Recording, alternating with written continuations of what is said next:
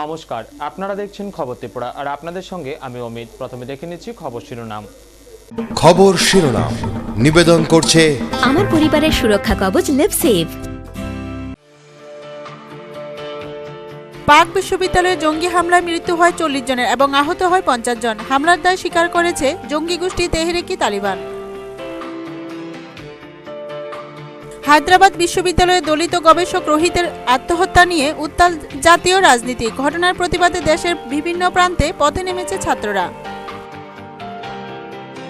নিজের স্বামীকে মারার উদ্দেশ্যে রাখা বিষ মাখানো খাবার খেয়ে মৃত্যু হলো সন্তানের। মর্মান্তিক এই ঘটনাটি ঘটে ত্রিপুরা পশ্চিম জেলার রাধাপুরের গোবিন্দ ঠাকুর পাড়ায়।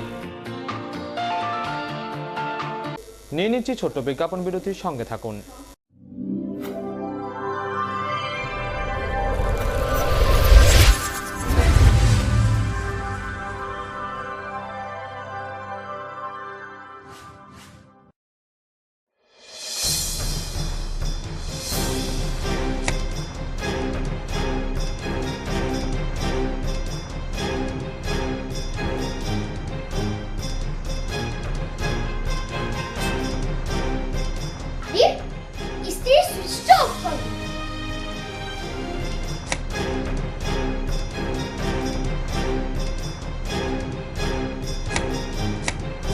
বৈদ্যুতিক সরঞ্জাম যেমন fridge, tubelight, AC, motor, TV, geyser, fan কেনার সময় অবশ্যই BEE লেভেল ও সর্বোচ্চ তারাচিহ্নের সংখ্যা দেখে কেনা উচিত। Fridge, washing machine, computer, geyser, heater ও ফ্যান ব্যবহারের ক্ষেত্রে বিদ্যুৎ সাশ্রয়ের সাধারণ বিষয়গুলো মেনে চললে বিদ্যুতের অপচয় রোধ করা যায়। সাধারণ 60 ওয়াট অথবা 100 ওয়াট বাল্ব ব্যবহারের পরিবর্তে CFL অথবা LED বাল্ব ব্যবহার করুন। হ্যাঁ, আমরা একটু সচেতন হলেই আমরা বিদ্যুতের অপচয়কে রোধ করতে পারি। সাশ্রয়ে যত তারা, আমাদের বন্ধু তারা। বিদ্যুৎ চুরি বন্ধ করুন, আধারমুক্ত ত্রিপুরা করুন। জনকল্যাণ ও জনস্বার্থে ব্যুরো অফ এনার্জি এফিসিয়েন্সি এর সহযোগিতায় ত্রিপুরা রাজ্য বিদ্যুৎ নিগম লিমিটেড থেকে প্রচারিত। ডাল, মাছ, সবজি, মশলার কেরামতি গুণমানে প্রতিঘার সিস্টেম স্পাইসি। কষা কিংবা ঝোল করো আমিষ হোক নিরামিষ, সিস্টার গুণে সব রান্না স্বাদে হয় সঠিক। হোটেল, রেস্তোরাঁ কিংবা করো আয়োজনের খাবার, সুস্বাদু গন্ধে ভরে মন সবাকার। সিস্টার গুঁড়া মশলায় রান্নার বাহার, মন চাই ফিরে ফিরে খেতে পারবা। সিস্টার গুঁড়া মশলা, গুণমানে প্রতি ঘরে ঘরে।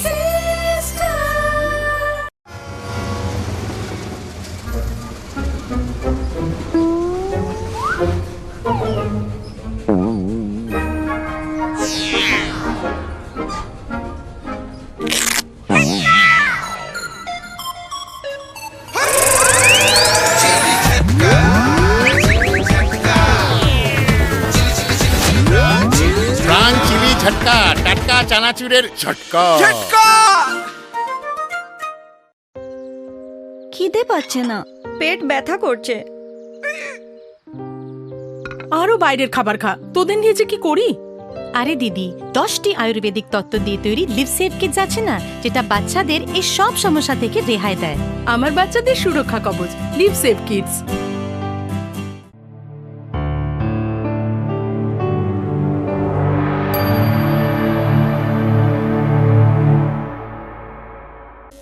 বিরতির পর স্বাগত। এখন খবর বিস্তারিত। জঙ্গি হামলায় ফের রক্তাক্ত হলো পাক শিক্ষাঙ্গন। পাক বিশ্ববিদ্যালয়ে জঙ্গি হামলায় মৃত্যু হলো 40 জনের, আহত 50। হামলার দায় স্বীকার করেছে তাহেরি তালিবান জঙ্গি গোষ্ঠী। এই ঘটনার তীব্র নিন্দা করেন পাক প্রধানমন্ত্রী নওয়াজ শরীফ। জঙ্গি হামলায় ফের রক্তাক্ত হল পাক শিক্ষাঙ্গন। বুধবার সকালে উত্তর পশ্চিম পাকিস্তানের বাচা খান বিশ্ববিদ্যালয়ে ঢুকে এলোপাথারি গুলি চালাতে শুরু করে একদল দুষ্কৃতী। বিশ্ববিদ্যালয়ে ধারাবাহিক বিস্ফোরণ ও জঙ্গিদের গুলিতে এখনও পর্যন্ত 40 পড়ুয়া ও অধ্যাপকের মৃত্যু, আহত 50 জন। পণবন্দি করা হয়েছে বেশ কয়েকজনকে। খবর পাক সেনা সূত্রে। পাক পুলিশের তরফে জানানো হয়েছে, ঘন কুয়াশার জেরে বিশ্ববিদ্যালয়ের ভেতরে ঠিক কতজন জঙ্গি এই মুহূর্তে লুকিয়ে রয়েছে তা বোঝা যাচ্ছে না। ক্যাম্পাসের মধ্যে এলোপাথারি গুলির পাশাপাশি দুটি বিস্ফোরণেরও আওয়াজ পাওয়া গিয়েছে বিশ্ববিদ্যালয় থেকে। বাচা খান বিশ্ববিদ্যালয়ে ঢুকে ক্লাসরুম এবং হোস্টেলে গিয়ে ছাত্র ও অধ্যাপকদের লক্ষ্য করে গুলি ছুড়তে থাকে জঙ্গিরা। 60 থেকে 70 জন পড়ুয়াকে দাঁড় করিয়ে মাথায় গুলি করে জঙ্গিরা। পাল্টা গুলিতে 6 জঙ্গিরও মৃত্যু হয়েছে। এখনও কলেজ ক্যাম্পাসে বহু পড়ুয়াই আটকে রয়েছে বলে কলেজের অধ্যাপক জানিয়েছেন। পুলিশের তরফে জানানো হয়েছে, পরিস্থিতি নিয়ন্ত্রণে ইতিমধ্যে পুলিশ ও সেনাবাহিনী অভিযানে নেমেছে। উদ্ধার কাজে নামানো হয়েছে সেনা হেলিকপ্টার। হামলার দায় স্বীকার করেছে তেহরিক-ই-তালিবান। 2012 সালে আব্দুল গফর খানের স্মৃতিতে তার নামে তৈরি হয় পেশোয়ারের বাচা খান বিশ্ববিদ্যালয়। উদ্দেশ্য ছিল পাকিস্তানে উচ্চশিক্ষার প্রসার ও মনোন্নয়ন। বিশ্ববিদ্যালয়ের পড়ুয়ার সংখ্যা প্রায় 3500। পাক বিশ্ববিদ্যালয়ে জঙ্গি হামলার ঘটনার তীব্র নিন্দা করলেন পাক প্রধানমন্ত্রী নওয়াজ শরীফ। পাক প্রধানমন্ত্রী এক বিবৃতি দিয়ে বলেছেন, যারা নিরীহ ছাত্র ও সাধারণ মানুষকে গুলি করে হত্যা করে তাদের কোনো ধর্ম হয় না, কোনো দেশই নেই তাদের। পাকিস্তানের আত্মত্যাগ বিফলে যাবে না, মন্তব্য পাক প্রধানমন্ত্রীর। পাকিস্তানের বাচা খান বিশ্ববিদ্যালয়ে পাক তালিবানের নৃশংস হত্যালীলার নিন্দা করলেন ভারতের প্রধানমন্ত্রী। টুইটারে প্রতিবেশী দেশের মর্মান্তিক হত্যাকাণ্ডের প্রতিক্রিয়া জানিয়ে তিনি লিখেছেন, পাকিস্তানের বাচা খান বিশ্ববিদ্যালয়ে সন্ত্রাসবাদী হামলার কঠোর নিন্দা করছি। নিহতদের পরিবারের প্রতি শোক জানাচ্ছি। আহতদের জন্য রইল প্রার্থনা। ব্যুরো রিপোর্ট, খবর ত্রিপুরা। হায়দ্রাবাদ বিশ্ববিদ্যালয়ের দলিত গবেষক রোহিতের আত্মহত্যা নিয়ে উত্তাল জাতীয় রাজনীতি। ঘটনার প্রতিবাদে দেশের বিভিন্ন প্রান্তে পথে নেমেছে ছাত্ররা। ঘটনায় কেন্দ্রের বিরুদ্ধে সরব বিরোধীরাও। হায়দ্রাবাদ বিশ্ববিদ্যালয়ের দলিত গবেষক রোহিত ভেমুলার আত্মহত্যা নিয়ে আজও উত্তাল জাতীয় রাজনীতি। হায়দ্রাবাদ বিশ্ববিদ্যালয়ের পাশাপাশি দেশের বিভিন্ন প্রান্তে ঘটনার বিরুদ্ধে পথে নেমেছে ছাত্ররা। ঘটনা নিয়ে কেন্দ্রের বিরুদ্ধে সরব হয়েছেন বিরোধীরাও। উঠেছে দুই কেন্দ্রীয় মন্ত্রী বঙ্গারু দত্তের এবং স্মৃতি ইরানির পদত্যাগের দাবি। বুধবার সে বিষয়ে তার মন্ত্রকের বিরুদ্ধে ওঠা অভিযোগ নিয়ে সাংবাদিক বৈঠক করেন স্মৃতি। ঘটনার সঙ্গে জাতপাতগত সংঘর্ষের কোনো সম্পর্ক নেই বলে এই দিন দাবি করলেন কেন্দ্রীয় মানব সম্পদ উন্নয়ন মন্ত্রী Smriti Irani. As the Minister for HRD and also as a mother, I had conveyed my condolences and expressed my grief on the death of Rohit. Also conveyed my sympathies to the family. This note does not mention any university official. This note does not mention any national political organization. This note does not mention any MP. In fact, the only one last line in the note, which has been certified by the police, this is the only reference to any organization in the suicide note that we have procured from officers on the ground, duly certified by the local police. তার মতে রাজনৈতিক উদ্দেশ্যই বিষয়টিকে দলিত বনাম অদলিতের লড়াই হিসেবে দেখানো হচ্ছে। ফলে গত কয়েকদিন ধরে তার দফতরের বিরুদ্ধে ওঠা যাবতীয় অভিযোগ কার্যত নস্যাৎ করে দিয়েছেন মন্ত্রী। ব্যুরো রিপোর্ট, খবর ত্রিপুরা। নিজের স্বামীকে মারার উদ্দেশ্যে রাখা বিষ মাখানো খাবার খেয়ে মৃত্যু হলো সন্তানের। মর্মান্তিক এই দুর্ঘটনাটি ঘটে ত্রিপুরার পশ্চিম জেলার রাধাপুরের গোবিন্দ ঠাকুর পাড়ায়। অভিযুক্তকে আটক করে ঘটনা তদন্ত করছে পুলিশ। নিজের স্বামীকে মারার উদ্দেশ্যে রাখা বিষ মাখানো খাবার খেয়ে মৃত্যু হল সন্তানের। সোমবার এই ঘটনাটি ঘটে ত্রিপুরার পশ্চিম জেলার রাধাপুরের গোবিন্দ ঠাকুর পাড়ায়। ঘটনার বিবরণে জানা যায়, গোবিন্দ ঠাকুর পাড়ার বাসিন্দা গৌতম দেববর্মার স্ত্রী সীতারানী দেববর্মার স্বামীকে হত্যার উদ্দেশ্যে তার চায়ের কাপে বিষ মিশিয়ে খেতে দেয়। কিন্তু ভুলবশত গৌতম চা না খেয়ে বাড়ি থেকে বেরিয়ে যায়। এই চা খায় তাদের দুই সন্তান মারিয়া এবং সিরিয়া। মারিয়ার বয়স 12 বছর এবং সিরিয়ার বয়স 4 বছর। বিষের প্রভাবে চা খাওয়ার কিছুক্ষণের মধ্যেই সিরিয়ার মৃত্যু হয়। গুরুতর অসুস্থ অবস্থায় মারিয়াকে প্রথমে স্থানীয় হাসপাতালে ও পরে আগরতলা মেডিকেল কলেজ হাসপাতালে চিকিৎসার জন্য পাঠানো হয়। এভাবে শিশু মৃত্যুর ঘটনায় গোবিন্দ ঠাকুর পাড়া এলাকায় শোকের ছায়া নেমে এসেছে। বিবাহ বহির্ভূত সম্পর্কের জেরে সীতারানী দেববর্মা তার স্বামী গৌতম দেববর্মাকে হত্যার চেষ্টা করেছিল বলে এলাকাবাসীর অনুমান। গৌতম দেববর্মা রাধাপুর থানায় তার স্ত্রীর বিরুদ্ধে মামলা দায়ের করলে পুলিশ সীতারানী দেববর্মাকে গ্রেপ্তার করে তার বিরুদ্ধে আইপিসির 302 এবং 307 নং ধারায় মামলা নিয়েছে। মঙ্গলবার তাকে প্রথম শ্রেণীর জুডিশিয়াল ম্যাজিস্ট্রেটের আদালতে প্রেরণ করে এবং 5 দিনের পুলিশ রিমান্ড চায়। আদালত তাকে 23 জানুয়ারি পর্যন্ত জেল হাজতে প্রেরণ করেছেন। ওই দিন কেস ডায়েরি আদালতে তলব করে পুলিশ রিমান্ডের আবেদনটি রিজার্ভ রাখেন। ঘটনা আসল বেলপাড়ি, এটা আসল বাড়ি বুতুল দেববর্মা, শ্রী সীতারানী দেববর্মা। ওনার 3টা বাচ্চার মধ্যে উনি একটু আউট অফ ট্র্যাক, এই জন্য ওনার হাজব্যান্ডকে চায়ের মধ্যে বিষ খেয়ে মারার জন্য চেষ্টা করে, কিন্তু স্বামীর পেট খারাপ থাকায় উনি সেই সময় চা উনি পান করেন নাই। এই সময় চা ঠান্ডা হয়ে যাচ্ছে বলাতে ওনার ছোটো ছোটো 2 বাচ্চা, শ্রেয়া আর দায়িনী দেববর্মা, এই 2 জন ওই চাটা পান করার সাথে সাথে একজন স্পটে মারা যায়, আরেকজন জিবি হাসপাতালে নিয়ে যায়। এই কটার সময় ঘটনা স্যার? এটা সম্ভবত 9:30 সাড়ে 9:30 এরকম। পুলিশকে খবর পেতে তো দেরি হয় না, খবর ওনারা আমাদেরকে খবর দেয়নি, কাউকে খবর দেয়নি। জিবিতে গেছে, জিবি থেকে পোস্টমর্টম করে নিয়ে আসে, এরপরও আমরা খবর পাইনি। পরবর্তী সময় আমরা খবর পাতে আমরা আসি এবং ওনার হাজব্যান্ড কমপ্লেন দেয়, আমরা এখন কমপ্লেন নিয়েছি, মহিলাকে ডিটেইন করা হয়েছে, বাকি ব্যবস্থা চলছে। ব্যুরো রিপোর্ট, খবর ত্রিপুরা। আবারও নিয়ে নিচ্ছি ছোট্ট বিজ্ঞাপন বিরতি, সঙ্গে থাকুন।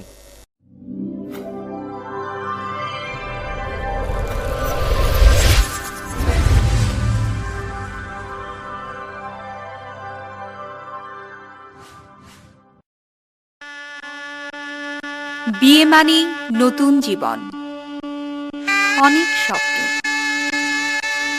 স্বপ্ন পূরণে স্বর্ণকমল জুয়েলার্স। আকর্ষণীয় বিয়ের গয়নার অসংখ্য ডিজাইন নিয়ে স্বর্ণকমল জুয়েলার্স জানায় আপনাদের সাদর আমন্ত্রণ। স্বর্ণকমল জুয়েলার্স, আপনার যে আপন।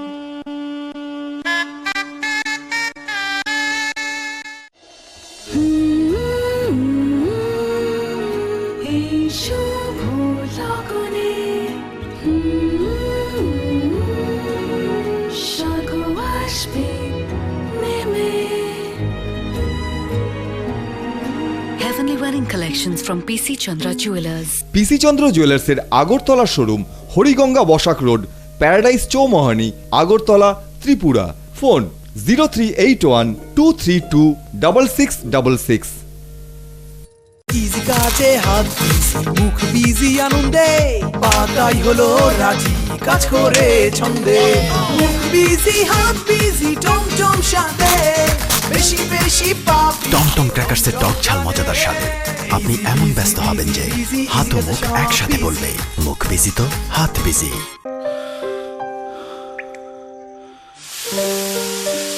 ছেড়ে দিচ্ছ না কেন?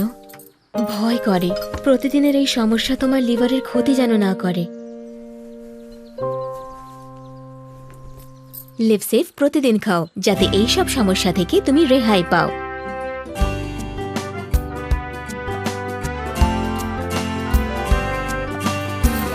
আমার পরিবারের সুরক্ষা কবচ লিভসেভ।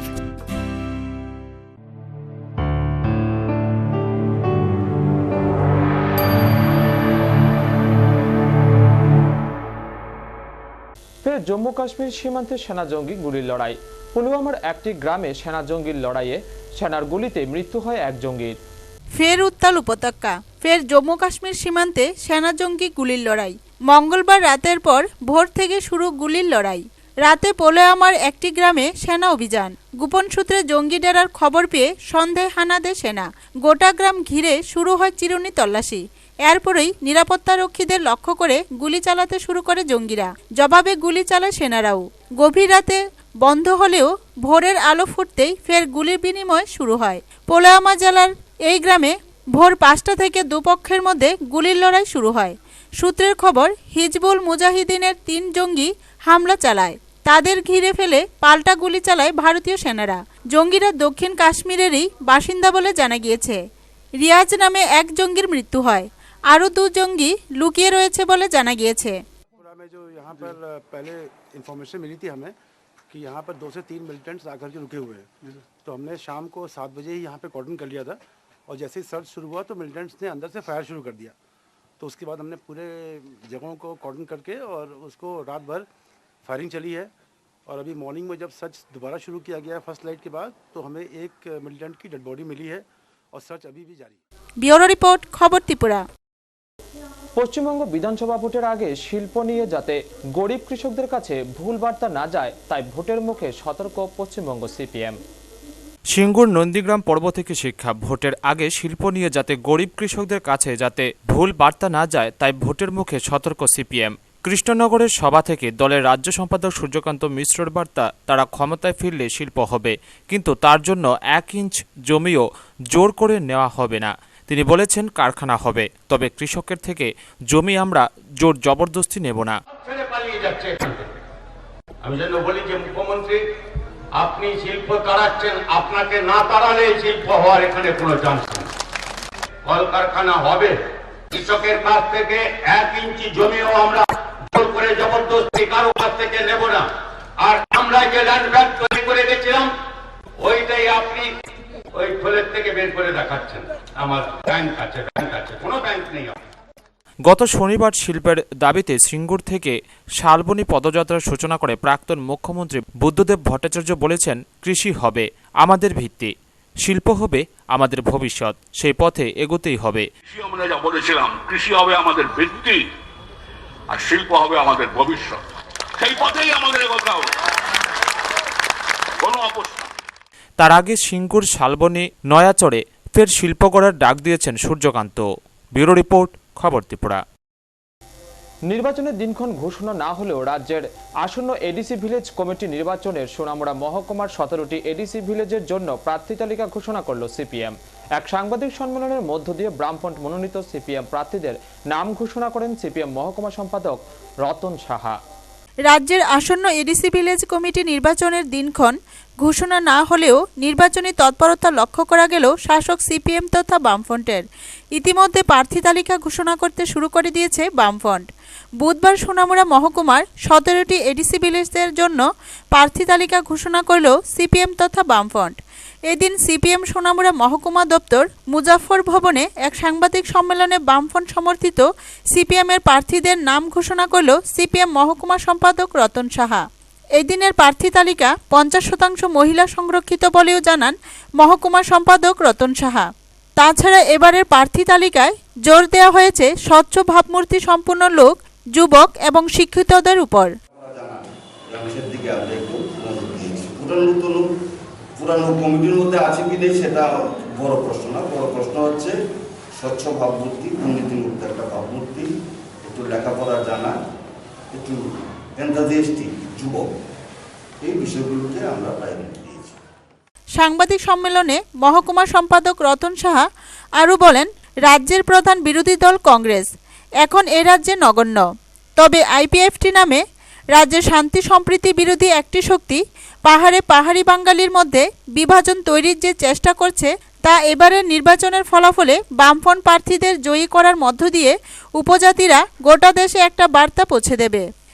আমরা তুলে ধরতে চাই, এটাকে বিঘ্নিত করার জন্য একটা শক্তি আজকে মাথা তোলার চেষ্টা করছে, যারা পাহাড়ি বাঙালির বিভেদের রাস্তাটাকে তারা সামনে আনতে চায়। আমরা মনে করি ত্রিপুরা রাজ্যের উপজাতিদের যে বিকাশ এটা সম্ভব হয়েছে পাহাড়ি বাঙালির ঐক্যের পদ্ধতি। ঐক্যের বার্তা গোটা দেশে আমরা মানুষের সামনে নিয়ে যেতে চাই। সেই দিক থেকে এই নির্বাচন খুবই গুরুত্বপূর্ণ। এই দুইটা গুরুত্বপূর্ণ দৃষ্টিভঙ্গিদের সামনে রেখে এই নির্বাচন গুরুত্বপূর্ণ নির্বাচন, তাতে আরও বেশি ভোটে বামফ্রন্ট প্রার্থীদের জয়যুক্ত করার আহ্বান। এই দিনের সাংবাদিক সম্মেলনে এছাড়া উপস্থিত ছিলেন পার্টির জেলা কমিটির সদস্যদ্বয় শ্যামল চক্রবর্তী, নারায়ণ চক্রবর্তী, নকুল মল্ল ও কমলা মজুমদার। প্রার্থী তালিকা ঘোষণার পর এখন দেখার বিষয় প্রচারের দিক দিয়েও কতটা এগিয়ে থাকতে পারে শাসক বামফ্রন্ট। টুটন চৌধুরী রিপোর্ট, খবর ত্রিপুরা। 4 দফা দাবির সমর্থনে রাজ্যভিত্তিক কর্মসূচির অঙ্গ হিসেবে 4 বাম গণ সংগঠনের আহ্বানে কাঠালিয়ায় অনুষ্ঠিত হল ব্লক ভিত্তিক বিক্ষোভ সমাবেশ।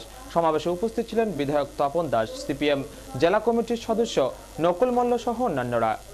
রাজ্যভিত্তিক কর্মসূচির অঙ্গ হিসেবে মঙ্গলবার কাঠালিয়ায় 4 দফা দাবির সমর্থনে বিক্ষোভ সমাবেশ অনুষ্ঠিত হয় ব্লক ভিত্তিক কমিউনিটি হল প্রাঙ্গণে।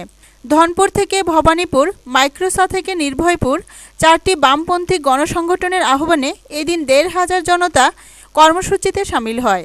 দাবিসমূহ ছিল কৃষকদের ফসলের লাভজনক দাম সরকারকে নির্ধারণ করা, খ্যাত মজুরদের জন্য একটি কেন্দ্রীয় আইন প্রণয়ন করা, শ্রমজীবী সহ সকল অংশের মানুষের সামাজিক নিরাপত্তা সুনিশ্চিত করা, শ্রমিকদের ন্যূনতম মাসে 15,000 টাকা দেওয়া ইত্যাদি দাবিগুলির যৌক্তিকতা তুলে বিক্ষোভ সমাবেশে দেশের কেন্দ্রীয় সরকারের গরিব মারার নীতির তীব্র সমালোচনা করে বক্তব্য রাখেন বিধায়ক তপন দাস ও সিপিআই জেলা কমিটির সদস্য নকুল মল্ল। সমাবেশে পৌরোহিত্য করে বক্তব্য রাখেন সুভাষ দেব। বড় সমস্যা হচ্ছে কৃষি এবং কৃষিজনিত সমস্যা, এবং এই সমস্যা থেকে উত্তরণের জন্য আমরা বিকল্প কৃষিনীতি হিসাবে আমাদের পশ্চিমবাংলার যে গত বামফ্রন্ট সরকার ছিল সেই বামফ্রন্ট সরকারের কৃষি নীতিটাকে আমরা ভারতবর্ষের সামনে তুলে ধরেছিলাম। আমাদের বক্তব্য ছিল পশ্চিমবাংলা কৃষকদের রক্ষা করার ক্ষেত্রে বামফ্রন্ট সরকার যে নীতি এবং কর্মসূচিগুলি গ্রহণ করেছেন, দেশের সরকার তখনকার সময়ে কংগ্রেস দল যারা সারা দেশেই সরকার পরিচালনা করছিলেন, আপনারা যদি সেই নীতিগুলি গ্রহণ করেন তাহলে কৃষকদের আর আত্মহত্যা করতে হবে না। কিন্তু দুর্ভাগ্যের বিষয়, দেশের সরকার সেই ট্রেড ইউনিয়ন কেন্দ্র এই 4টি সংগঠন সারা দেশব্যাপী আজকের এই কর্মসূচি পালন করছে। এগুলি কেন হচ্ছে? ব্যাংকে আমরা অতীতে আরো বহু জনসভাতে দিয়েছি, কিন্তু এক কথাই বলবো, বিশ্বায়ন উদারীকরণের কুফল আজকে কৃষক আত্মহত্যা, শ্রমিক ছাঁটাই, কর্মচ্যুতি, হাজার হাজার কারখানা বন্ধ হয়ে যাচ্ছে, কৃষকরা আত্মহত্যা করছে, কৃষি মূল্য পাচ্ছে না। তার অর্থ কি? ভারতবর্ষের মানুষ। ব্যুরো রিপোর্ট, খবর ত্রিপুরা। রাজ্যব্যাপী কর্মসূচির অঙ্গ হিসেবে কৈলাসহরে অনুষ্ঠিত হলো 4 বাম গণসংগঠনের উদ্যোগে 4 দফা দাবির ভিত্তিতে বিক্ষোভ মিছিল ও জমায়েত। উপস্থিত ছিলেন সিআইটিইউ কৈলাসহর বিভাগীয় সম্পাদক কৃষ্ণেন্দু চৌধুরী সহ অন্যান্য নেতৃত্বরা। সিআইটিইউ সারা ভারত কৃষক সভা, গণমুক্তি পরিষদ এবং সারা ভারত খ্যাত মজুর ইউনিয়নের কৈলাসহর বিভাগীয় কমিটির উদ্যোগে মঙ্গলবার বিকেলে কৃষি শ্রমিক সহ বিভিন্ন পেশায় নিযুক্ত শ্রমিকদের 4 দফা দাবি নিয়ে সারা রাজ্যের সাথে কৈলাসহরেও বিক্ষোভ মিছিল ও জমায়েত সংগঠিত করা হয়। সিআইটিইউর বিভাগীয় দপ্তরের সামনে থেকে মিছিল শুরু হয়। শহরে বিভিন্ন রাস্তা পরিক্রমা করে মিছিল শেষ হয় কৈলাসহর পুর পরিষদ ভবনের সামনে। পুর পরিষদ ভবনের সামনের অনুষ্ঠিত বিক্ষোভ জমায়েতে উপস্থিত ছিলেন সিআইটিইউর কৈলাসহর বিভাগীয় সম্পাদক কৃষ্ণেন্দু চৌধুরী, শ্রমিক নেতা কান্তিলাল দেব, পুলিন পাল সহ অন্যান্যরা। বিক্ষোভ জমায়েতে বক্তব্য রাখতে গিয়ে সিআইটিইউর বিভাগীয় সম্পাদক কৃষ্ণেন্দু চৌধুরী বলেন, কৃষকদের উৎপন্ন ফসলের লাভজনক দাম সেখানে দিতে হবে। দ্বিতীয়ত, কৃষি শ্রমিকদের জন্য সুসংগত কেন্দ্রীয় আইন তৈরি করতে হবে এবং অসংগঠিত ক্ষেত্রে শ্রমিকদের সর্বনিম্ন মজুরি 15,000 টাকা ধার্য করতে হবে এবং অসংগঠিত শ্রমিকদের সামাজিক সুরক্ষার ব্যবস্থা করতে হবে। এই যে 4 দফা দাবি, এটা আমাদের যে বড় সংগঠনগুলো আজকে আমরা যৌথভাবে উদ্যোগ নিলাম, সারা ভারত কৃষক সভা, খ্যাত মজদুর এবং সিআইটিইউ, জিএমপি, আলাদা আলাদা ভাবেও আমাদের রাজ্য এবং সারা ভারতবর্ষে আমরা আন্দোলন সংগঠিত করেছিলাম। কিন্তু আমরা দেখছি বর্তমান কেন্দ্রীয় সরকার। ব্যুরো রিপোর্ট, খবর ত্রিপুরা। দক্ষিণ জেলার বিলুনিয়ায় আত্মপ্রকাশ করল ব্যাংক অফ ইন্ডিয়ার শাখা অফিসের। এর উদ্বোধন করেন জেলার সভাধিপতি হিমাংশু রায়। মঙ্গলবার দক্ষিণ জেলার জেলা সদর বিলুনিয়ায় 10ম ব্যাংক হিসেবে আত্মপ্রকাশ করল ব্যাংক অফ ইন্ডিয়া। বিলুনিয়া শহরে এই ব্যাংকের উদ্বোধন করলেন জেলা সভাধিপতি হিমাংশু রায়। এছাড়াও ছিলেন ব্যাংকের এজিএম মনোজ কুমার, বিলুনিয়া পুর পরিষদের চেয়ারম্যান সহ অন্যান্যরা। দেশে 1906 সালে মুম্বাইয়ে এই ব্যাংক প্রথম কাজ শুরু করে। বর্তমানে ব্যাংকের বয়স 110 বছর। এর মধ্যে দেশে 7,000 ব্যাংক ছাড়াও সারা বিশ্বে 60টি ব্যাংক রয়েছে বলে জানান এজিএম। এই রাজ্যে বর্তমানে 13টি শাখা রয়েছে। প্রতিটি জেলায় শাখা খোলার লক্ষ্য রয়েছে তাদের। साउथ त्रिपुरा में बैंक ऑफ इंडिया की कोई शाखा नहीं हुआ करती थी। हमने इस शाखा को खोल करके इसकी शुरुआत की है और मैं इस अवसर का लाभ उठाते हुए बैंक ऑफ इंडिया का थोड़ा संक्षिप्त परिचय दे देता हूँ। बैंक ऑफ इंडिया 1906 में मुंबई शहर में प्रारंभ हुआ था। 1906 में प्राइवेट बैंक के तौर पे 50 मुंबई के बड़े बड़े बिजनेसमैन और इंडस्ट्रियलिस्ट लोगों ने इसकी शुरुआत की थी और धीरे धीरे ये बैंक पूरे इंडिया में इसकी शाखाएं खुली और इसको ज्वेल ऑफ मुंबई कहा जाता था। मतलब इस बैंक की इतनी साख थी, इतनी क्रेडिबिलिटी थी कि इस बैंक को मुंबई में ज्वेल ऑफ द मुंबई बोलते थे। और धीरे धीरे करके जब 1969 का समय आया, 1969 में जब नेशनलाइजेशन हुआ, इंदिरा गांधी उस समय हमारे সভাধিপতি তার বক্তব্যে ব্যাংক কর্মীদের গ্রাহকদের সাথে ভালো ব্যবহার করার কথা বলেন এবং ঋণ দানের ক্ষেত্রে সহজ শর্ত আরোপ করার কথাও বলেন। যে ব্রাঞ্চ উদ্বোধন হলো এটা হচ্ছে 13তম শাখা। এটা আমাদের এই জেলায় প্রথম। আমাদের বিলোনিয়া মহকুমা সদরে 9টি ব্রাঞ্চ বিভিন্ন ব্যাংকের আগে আছে। আজকে এই উদ্বোধন অনুষ্ঠানের মধ্য দিয়ে 10ম ব্রাঞ্চ এখানে অনুষ্ঠিত হলো। 10টি ব্যাংকের শাখা এখানে উদ্বোধন হয়েছে। আমি আশা করি এখন আমাদের রাজ্যের প্রতিটা মানুষের অ্যাকাউন্ট রয়েছে।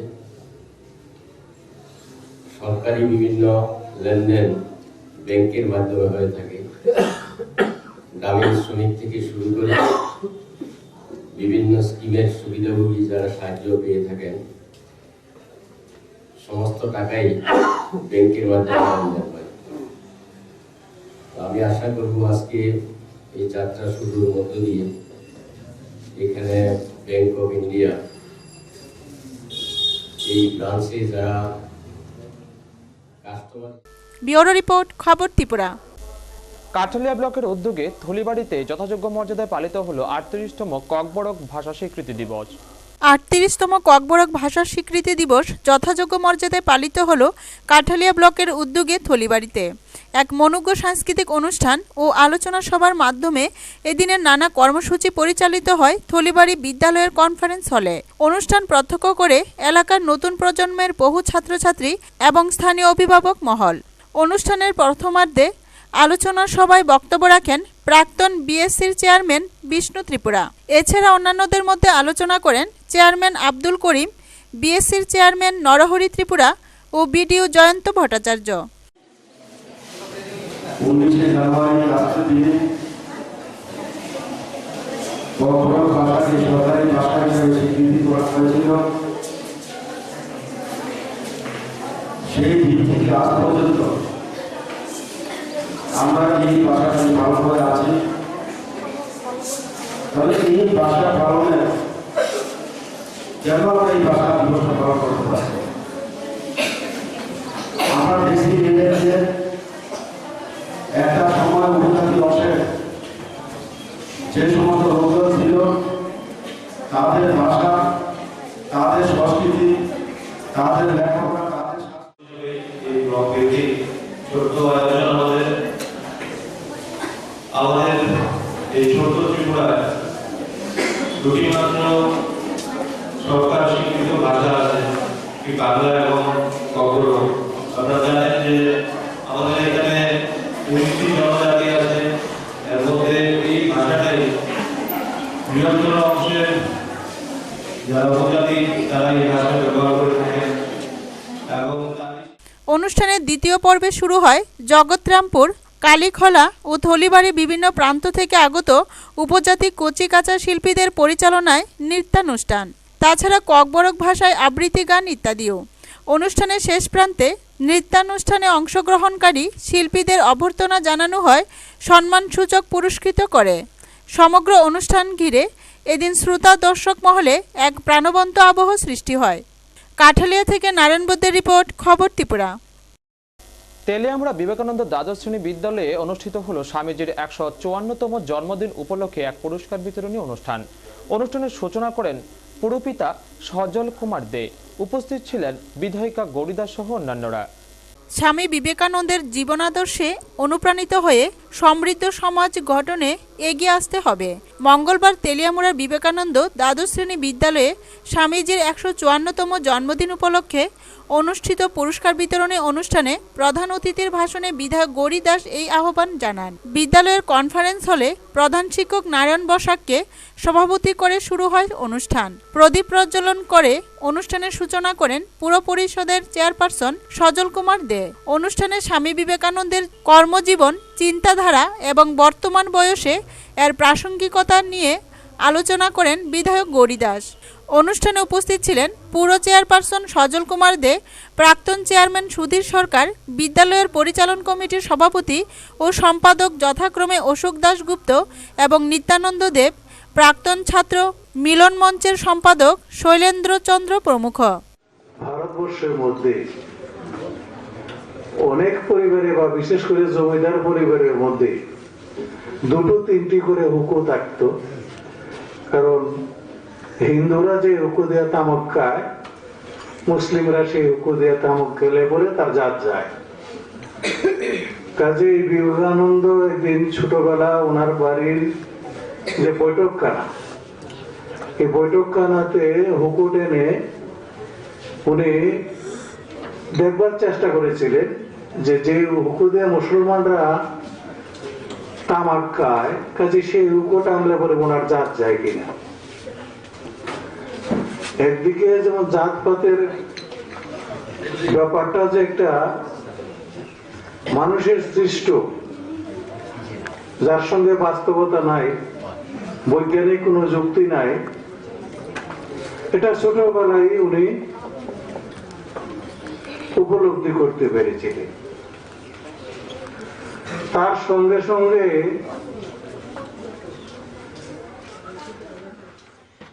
এছাড়া হয়েছে মন মাতানো সাংস্কৃতিক অনুষ্ঠান।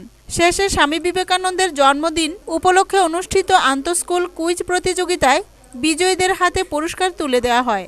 বিদ্যালয়ের প্রাক্তন ছাত্র মিলন মঞ্চের পক্ষ থেকে 12 জন কৃতী ছাত্রছাত্রীকে পুরস্কৃত করা হয়। তাছাড়া বিদ্যালয়ের ছাত্রছাত্রীদের মধ্যে মাধ্যমিক এবং উচ্চ মাধ্যমিক পরীক্ষায় সর্বোচ্চ নম্বর প্রাপকদের পৃথা নিশানত গ্লোরি অ্যাওয়ার্ড দেওয়া হয়। ব্যুরো রিপোর্ট, খবর ত্রিপুরা। বিরল প্রজাতির বানরের পর এবার বিরল প্রজাতির পেঁচা ধরা পড়ল কৈলাসহর টিলাবাজার গ্রাম পঞ্চায়েতের সফরিকান্দি এলাকায়। বিরল প্রজাতির বানরের পর এবার বিশ্বের বিরল প্রজাতির পেঁচা পাওয়া গেল কৈলাসহরে। মঙ্গলবার বিকেলে কৈলাসহরের টিলাবাজার গ্রাম পঞ্চায়েতের সফরিকান্দি এলাকায় 3টি পেঁচা ধরল গ্রামবাসীরা। আগামী 25শে জানুয়ারি সফরিকান্দি এলাকায় তাজউইদুল কুরআন ও হাফিজিয়া মাদ্রাসার প্রাঙ্গণে এক ধর্মীয় সমাবেশ অনুষ্ঠিত হবে। মাদ্রাসার পাশেই রয়েছে মসজিদ। এই উপলক্ষে গ্রামবাসীরা মাদ্রাসা প্রাঙ্গণ এবং মসজিদ পরিষ্কার শুরু করে সকাল থেকেই। দুপুরবেলা যখন গ্রামবাসীরা মসজিদের উপরে যেখানে মাইক রয়েছে সেই জায়গাটা পরিষ্কার করবে, তখন গ্রামবাসীরা দেখে ওখানে 7টি পেঁচা রয়েছে এবং এগুলি ধরতে গেলে 3টি উড়ে যায়। একটির নিচে পুকুরের জলে পড়ে গেলে মারা যায় এবং 3টিকে ধরে ফেলে গ্রামবাসীরা সংবাদ প্রতিনিধিদের জানায় এবং কৈলাসহর মহকুমা বন দপ্তরের অফিসে জানায়। 3টি পেঁচা দেখতে প্রচুর মানুষের সমাগম হয়। এ ব্যাপারে গ্রামবাসীরা বলেন, মসজিদে 25 তারিখ একটা বিশাল প্রোগ্রাম, এই প্রোগ্রাম উপলক্ষে মসজিদ পরিষ্কার বা একটা প্রস্তুতি নিচ্ছি। এমত অবস্থায় দেখা যায় এখানে একটা পাখির আনাগোনা বা পাখির বাসা পরিষ্কার করতে গিয়ে ওই 7টা পাখি পাওয়া গেছে। 7টার মধ্যে 3টা চলে গেছে এবং 4টার মধ্যে একটা জলে ডুবে মারা গেল। 3টা আমি ধরে নিয়ে আসছি এখানে।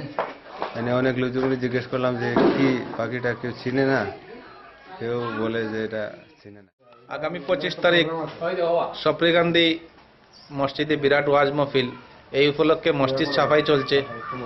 এই মসজিদ সাফাই করতে গিয়ে মসজিদের মিনারা, যেটাকে বলা হয় মিনারা, পরিষ্কার করার জন্য উপরে ওঠার পর কিছু পাখির আনাগোনা দেখা যায়। তারপরে এই ধরনের 7টা পাখি ছিল, 3টা উড়ে চলে গেছে, একটা পুকুরে পড়ে মারা গেছে, 3টা আমরা ধরেছি। তারপরে আমরা সাংবাদিক ফরেস্টারকে খবর দিয়েছি, ফরেস্টারের লোকরা এখন এসেছেন, আমরা এগুলা তাদের হাতে তুলে দেব। বন দপ্তরের ফরেস্ট অফিসার জগদীশ দাস বলেন, টিলাবাজার বিট অফিসার, আমরা ওই টিল্লা বাজার থেকে খবর পাইছি যে এখানে 3টা পাখি ধরা হয়েছে। আমরা খবর পাওয়ার লগে লগে আইছি এখানে, আইয়া দেখছি 3টা পাখি। এটা পেশা গ্রুপেরই হইব, তবে আমরা ঠিকমতো চিন্তা পারছি না। এটি ওখানে আমরা লইয়া যাইমু, তারা আমরা রাতে তুলিয়া দিছে, আমরা ডিএফও অফিসে লইয়া যাইমু। এগুলি কি মানে আমাদের এখানে রাখা যাবে না, সিপাহীজলাতে পাঠানো হবে? এটা আমরা অথরিটি চিন্তা করব, আমরা এখানে এসডিএফও স্যারের কাছে লইয়া যাইমু, তাই নিয়ে যা কইব এটাই হইব। পরে সাব ডিভিশন ফরেস্ট অফিসার বিদ্যুৎ ধরের সাথে যোগাযোগ করলে উনি বলেন, এগুলি এখন বিশ্বের বিরল প্রজাতির পেঁচা। এগুলোকে আগে অনেকে বলতো লক্ষ্মী পেঁচা। 3টি পেঁচাকে উত্তর জেলার রুয়া অভয়ারণ্যে ছেড়ে দেওয়া হয়েছে। ব্যুরো রিপোর্ট, খবর ত্রিপুরা। খবর শেষ করার আগে আবারও দেখে নিচ্ছি খবর শিরোনাম। খবর শিরোনাম নিবেদন করছে আমার পরিবারের সুরক্ষা কবচ লিভসেভ। পাক বিশ্ববিদ্যালয়ে জঙ্গি হামলায় মৃত্যু হয় 40 জনের এবং আহত হয় 50 জন। হামলার দায় স্বীকার করেছে জঙ্গি গোষ্ঠী তেহরিকি তালিবান। হায়দ্রাবাদ বিশ্ববিদ্যালয়ে দলিত গবেষক রোহিতের আত্মহত্যা নিয়ে উত্তাল জাতীয় রাজনীতি। ঘটনার প্রতিবাদে দেশের বিভিন্ন প্রান্তে পথে নেমেছে ছাত্ররা। নিজের স্বামীকে মারার উদ্দেশ্যে রাখা বিষ মাখানো খাবার খেয়ে মৃত্যু হল সন্তানের। মর্মান্তিক এই ঘটনাটি ঘটে ত্রিপুরা পশ্চিম জেলার রাধাপুরের গোবিন্দ ঠাকুর পাড়ায়। সঙ্গে থাকুন, দেখতে থাকুন খবর ত্রিপুরা। নমস্কার।